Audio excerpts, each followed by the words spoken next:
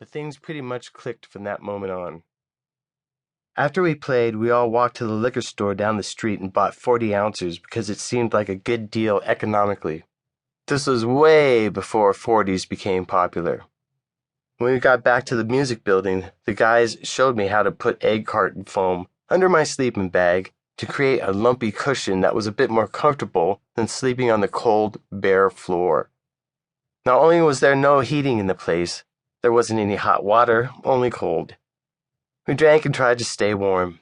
We listened to metal, talked about metal, and I told them how much I enjoyed playing their songs. Then we passed out.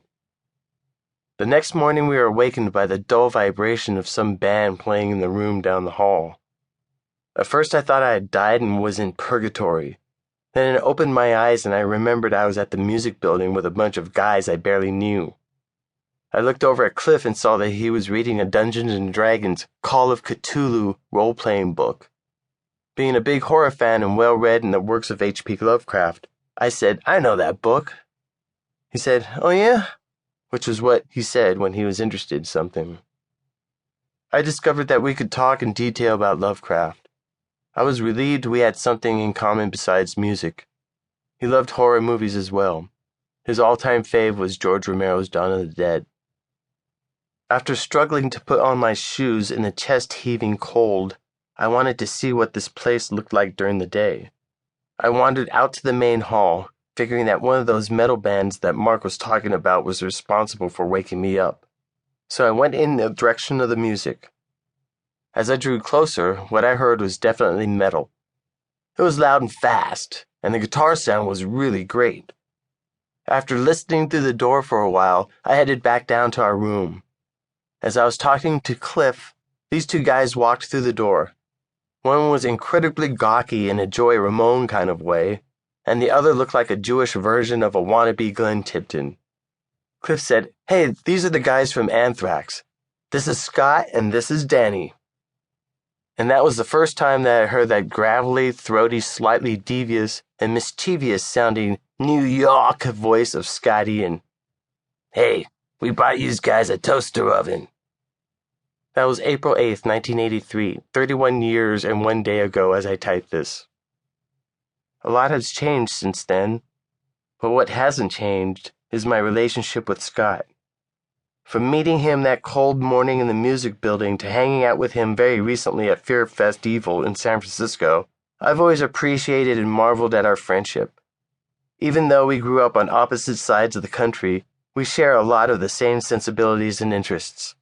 We also happen to share the same sick sense of humor that we still bond over all these years later. From the very beginning, I could see that Scott has a humongous Godzilla-sized heart. He always has time for everyone, whether you're a friend, fan, or foe. In a sense, to me, he emulated some of the heroes he read about in those comic books we used to read way back in the 80s. He was definitely a people person, in direct contrast to myself being quite introverted. It was healthy for me to hang out with him. I observed how confident he appeared, and he was always very welcoming in social situations. I'll never forget, after many days with no access to hot water in the music building, how he convinced these girls he knew to let us take advantage of their health club account so we could use the locker rooms to shower in. Scott helped me come out of my shell a little bit. I was so shy back then, and watching Scott in action in social situations taught me how to conduct myself a little better when I found myself in similar circumstances. It was good to have Scott as an ally on the East Coast.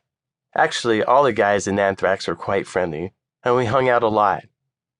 Every time we were in their area, you could count on all of us meeting up and craziness would ensue. What's funny is that back then those guys weren't fully realized drinkers like we were. When we came around with various bottles of vodka in tow, we never really noticed that they drank maybe one drink to our 4 or 5. But they were entertained by our belligerent antics and were glad to join in when it looked fun. Sometimes I couldn't tell if Scott was drunk or just high on life, which I think he often is. I admire his state of mind. I envy it, to be honest. Scott was always so supportive of us and the kind of metal that Anthrax and Metallica and a whole generation of new metal bands were playing. There was no bitterness or sour grapes.